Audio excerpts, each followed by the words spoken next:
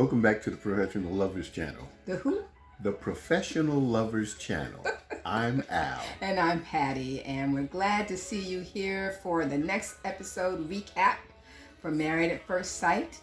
For all our new subscribers, welcome. Welcome, definitely. We're happy to have you, and we see our subscriber number growing and growing and growing. Yes. We appreciate that. It is slow and steady, but it's growing. Okay. And I hope that means that you all are enjoying what we do, because we enjoy doing it for you. Yes. With you. Facilitating with you. Relationship issues using the lens of Married at First Sight. If you've been with us a while, or if you listened to our intro, you know that we've been married 28 years, going on 29, so we'll be celebrating that in a few months. Yes. And so we like to also kind of intersperse our personal experiences and relationships, relationship building, as we talk about the couples. So in last night's episode, because we're actually filming this on Thursday, but let's just say in this week's episode, there we go. 2 more couples got married. Yay. Lindy and Miguel, and Kristen and Mitch. Yeah. So let's start off with Lindy and Miguel. They have a very easy rapport, which I really like. And the one common thing outside of the fact that they're both scientists and doctors is that he, of course, being Puerto Rican, speaks Spanish, and she's always wanted to learn Spanish. True. And she knows a little bit. Matter of fact, which she is spent pretty a year cool. in Spain, right? Yeah. And so when he started talking, she responded, and she understood exactly what he was saying. Feeling awkward that maybe it didn't come off sounding great, and he was like, assured her that it sounded pretty good. So I think that's pretty cool. For a gringo. He didn't say that, but I could tell with the vernacular, her accent wasn't quite there. But she said it. I mean, she spoke well. Yeah.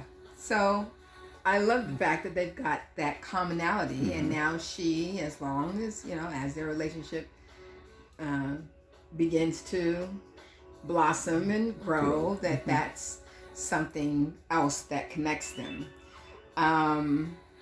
True. He couldn't be mad at her and curse out in Spanish, and she wouldn't know it.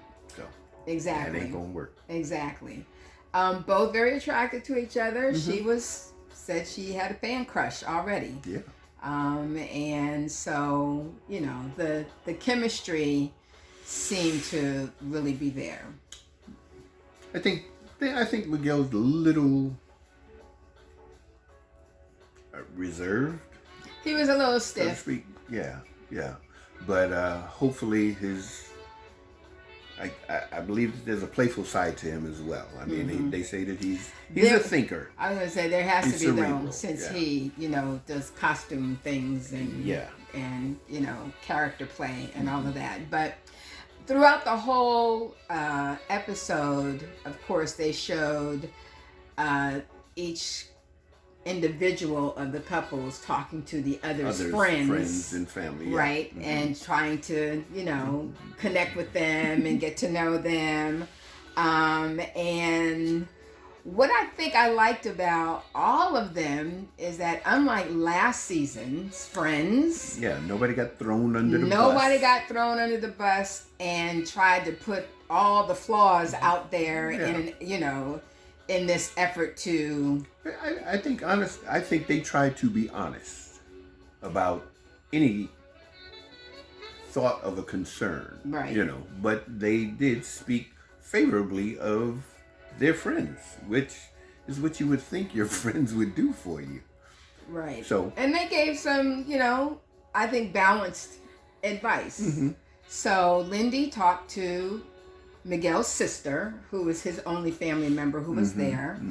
And she did kind of go into a little bit of their childhood and and the fact that it was very difficult, and sharing that he needs effective communication, and he needs to see behavior that supports the words. And that is really important. And it lets us bring in for the first time our book, Becoming a Professional Lover, that's got 52 tips in there on how to build a strong and productive relationship. And 2 tips in here talk exactly about that. Frequent words of praise keep happiness and joy alive. Yes. But then the next tip says, let's see. Oh, I've got to find it. It talks about the fact that you need behavior as well. Not just words, but you need behavior. Daily demonstrate your love for each other. So frequent words of praise and daily demonstrating your love for each other. And we can go into that more in detail as we need to. But words and behavior are equally important. Very much so. When trying to build a relationship. So she did share that with Lindy. And he talked to her family. And we know that her family has been a very conservative religious family. Very much so. And the older brother, asked him what he thought about a higher power. Yeah. Did he believe in a higher power? And of course, Miguel started with a great pause. Yeah. Because again, I mean, he's not. Well, in a word, I think that he may be agnostic. That he's not saying that he doesn't believe, but he's not saying that he does. And his argument is the fact that he doesn't feel that any religion, because organized religion, because they are all man-made, which he has a very valid point, cannot tell another person who their higher power is, and kind of feel that is the only or the rightest way, or the that they're wrong for believing exactly that you're wrong in how you believe. So that's going to be an interesting dynamic, mainly because the family seems to still be in line with how they grew up. True, having a spiritual background, but she does not come across that way. That she's kind of decided to free herself from some of those constraints, the construct that she was familiar with. Right, and so that will present an interesting dynamic as they move forward. And then there's Kristen and Mitch, who got married as well. Last weekend's episode ended with Dad saying that Kristen was insane. You're insane. And of course, cliffhanger drama. Yeah. But as he finished the statement in this episode, he was like, "Go for it," because you've tried the traditional way, and we saw how that turned out. So, exactly. Hey. So of course she was glad that he supported her, and was willing to walk her down the aisle, which every wife to be.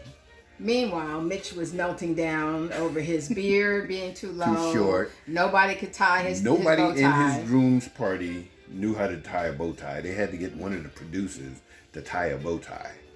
Which she did very well. Yeah, she did. She did rather well. Even though it looked like she was glancing down at her tutorial. However but at least she could. She did it better than the rest of them.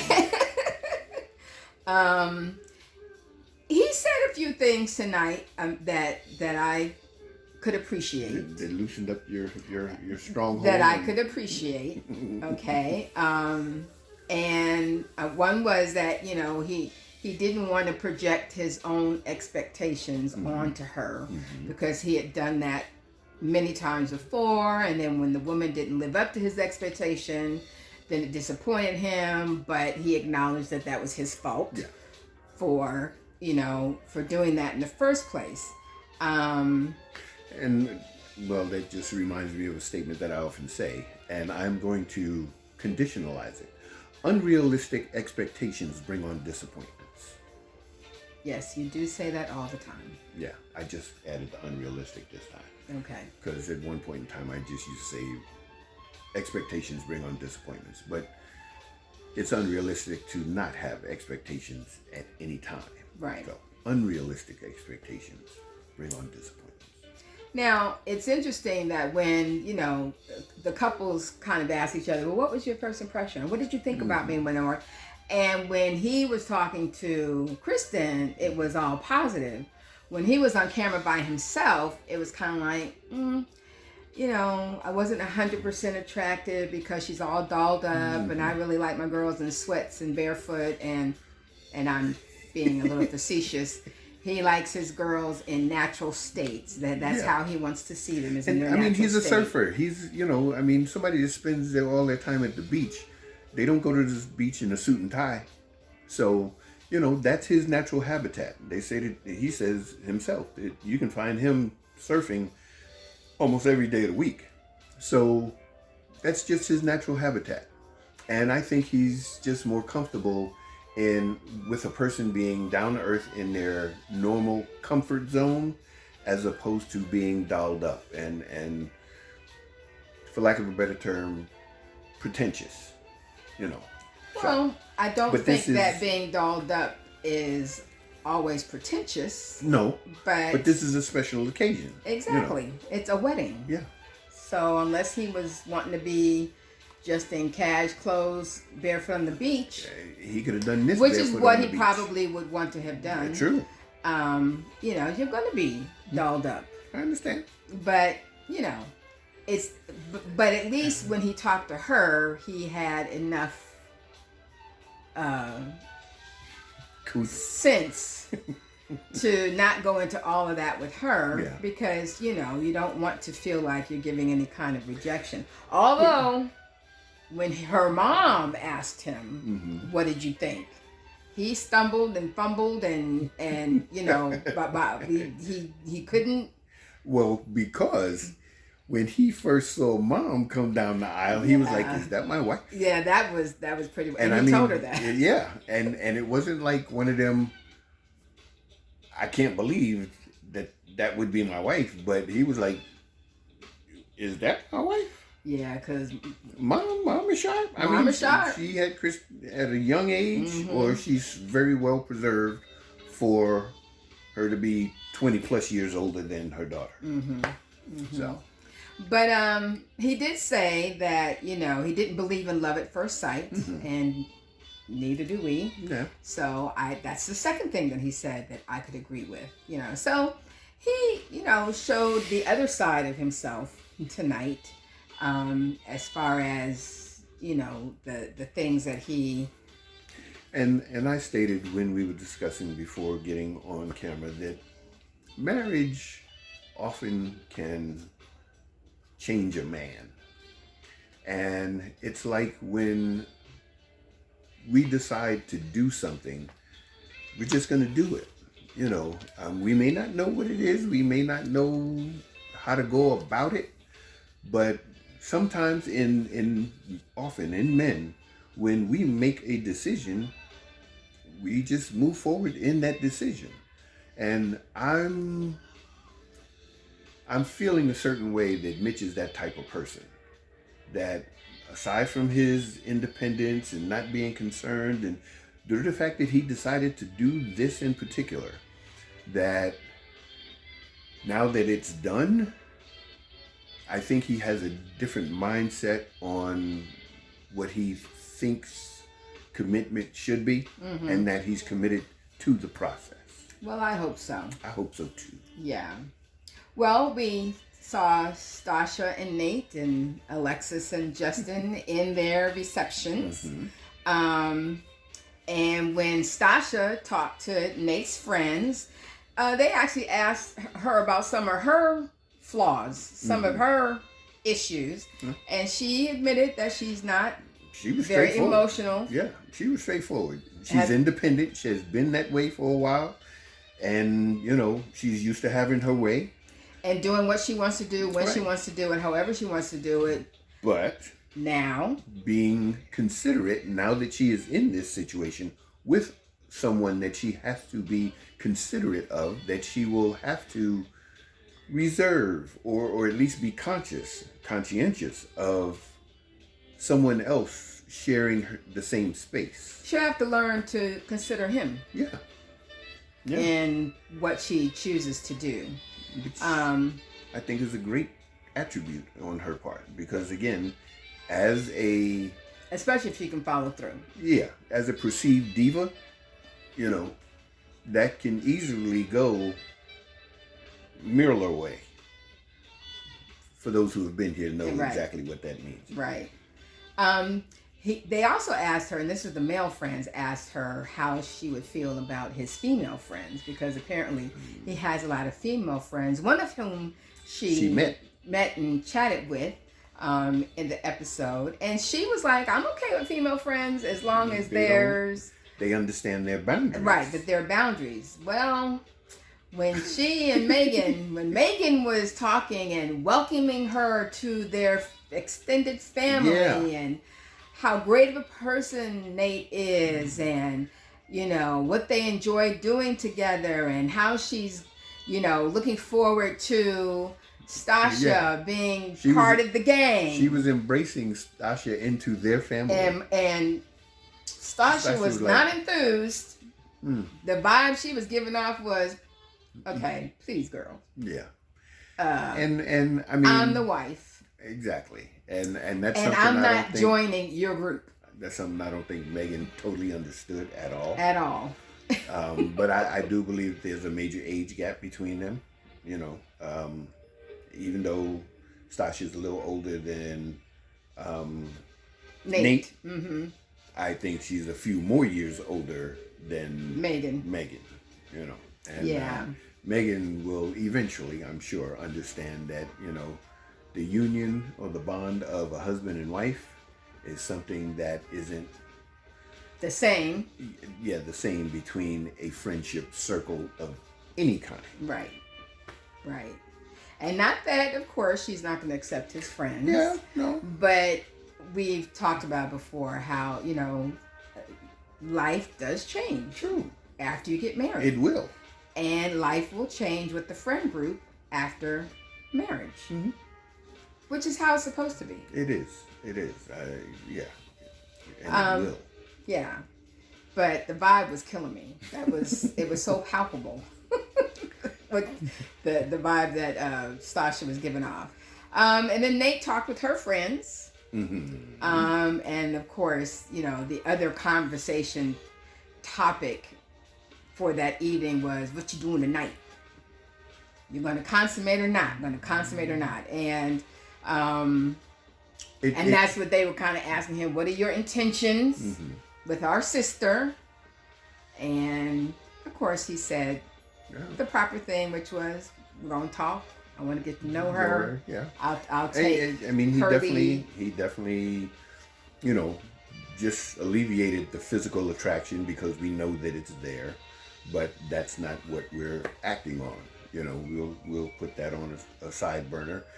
We need to get to know each other. And I think all the couples kind of said that. Yeah. In some form. I mean, but to me, that makes sense. Yes, you're married, but you don't. Especially if as a single person, you've always led with sex. Mm-hmm. In a relationship that you want longevity in. True. You may want to try a different tactic, which is, this is not just a hookup. And somebody's friend said that. I think it was Mitch's friends. This is not just a hookup. Yeah, this is your wife. Of course, they were saying, don't be so interested in just getting to know her by talking that you make her feel like you don't want her. Right. If she's giving off those kind of signals. If she's one of the fellas. Yeah. And so they were kind of advocating for some balance, which is true as well. And that's in any relationship.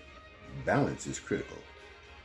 But I think we've seen in the past that couples who tended to just dive headfirst into sex, which is kind of the norm for the average single person in this society, it didn't go well. True. Because, and then we've seen, of course, the other side of the pendulum when there was none at all. Yeah. And, people, that didn't go well either, because you're just stuck in the friend zone. Yeah. and everybody wants to know that they're wanted. Right. Alexis and Justin. Alexis, of course, talked to his friends. Now, she told him, though, that, well, she told the camera that she feels like he was a good balance for her. Because she knows she's fiery. Yeah. And he seems to have He's a stable. calming demeanor. Yeah. Right. But she talked to his friends, and they told him that he's sensitive. He may not admit that, and neither would they, but they are. He is. And as long as she didn't assassinate his character, and that's which is that respect factor. Any man, right? That's any man. Any man. Most men, and it may sound stereotypical, but they value respect. That's how they interpret or define love, is respect. And so, and that's a basic foundation. Right. You know, if you don't respect me, how can you love me? Yeah. So they also asked, you know, if she's a ride or die chick. You know, they want to make sure that she be in there for the long haul. And she was like, I don't know about on day one, dying is a bit much. Right. Right. But, you know, she assured them that she's committed. She's in it. She's fully invested. Which, you know, I mean, and again, I like the fact that the couples, for the most part, are being cerebral about the process, you know, and they understand that, yeah, this is abstract, but there has been certain things that have been done preliminarily to even allow them to meet each other, where there's commonality, you know, and they can feel a certain assurance because of a vetting process that took place, even if they don't know all of what it entailed. So from that point, it's like, well, okay, let's just go to the next step and really truly try to understand who each other is. And I mean, now that they've had vows, ain't nothing to do but to get to know each other. Right. So. Well, Justin and his brother had a nice moment where the brother, you know, gave him his props. Brother cried 4 times. Said that, you know, he was against it at first, but feels very comfortable now after talking to her and hearing what she said and seeing how he, you know, is carrying himself. So that was nice. And then Justin talked to her friends who were like, you don't do right, we gonna be. If she call me, I will be there. We are right there, you know. And then he asked, okay, well, give me some red flags, you know, about your sister. And they were like, which is cool. You got to find that out on your own. We will never tell.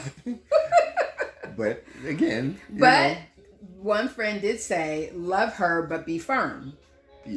Yeah, well, again, she hangs that out balance with the fellas. thing, right? And she's fiery, and she can be very assertive, and so if you let her, she would Mac steamroll run over you. Yes, she will, like a Mack truck. But I think she's gonna have fun with Justin, though. I mean, you know, because again, I don't think, even as slight a build as he seems to be, I don't think that he's slight at all. I mean, I think he has phenomenal character, and I think she's going to be extremely pleased if she is just truly open for the venture. And even though homeboy been celibate for a year, he couldn't tell none of that when he was taking that garter off of her. Not when he was chewing her leg up. And mom over there like, what you doing to my daughter? I love it. I love that. So, who's your couple of the week? Alexis and Justin. Have they been your couple of the week? I think so, the whole time. I really do. I just like their energy, their playfulness, their reserved seriousness. I don't think they're going above and beyond. I mean, I think there's a certain giddiness that they both have, but I think that's, you know, like really meeting someone for the first time and, you know, saying that they genuinely, that you genuinely like them and you hope that, you know, they feel the same way about you. Mm-hmm. And that's understandable because they did just meet. But, this is like to the ultimate degree. We just got married. I hope you like me. Yeah. Yeah. Because I like you. Well, my couple of the week is Lindy and Miguel, because I liked their vibe and their banter, the easiness with which they talked with each other and related to each other. And even though he was a little stiff, I still think that the energy between them was really positive. And so I liked how they vibed together as well. So they are my couple of the week. Any red flag couple this week?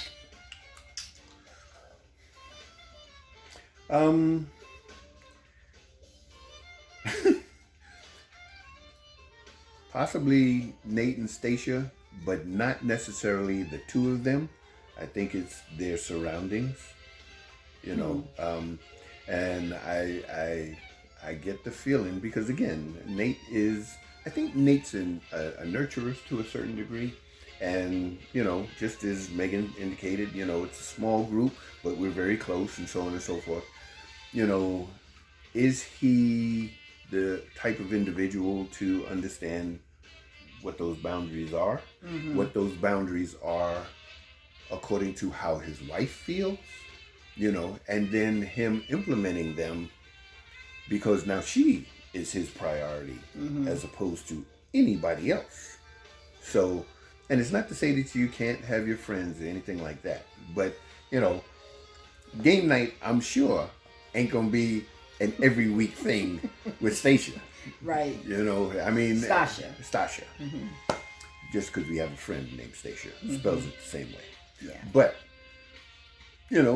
I can imagine her, appeasing him just to see who his surroundings are, who his friends are.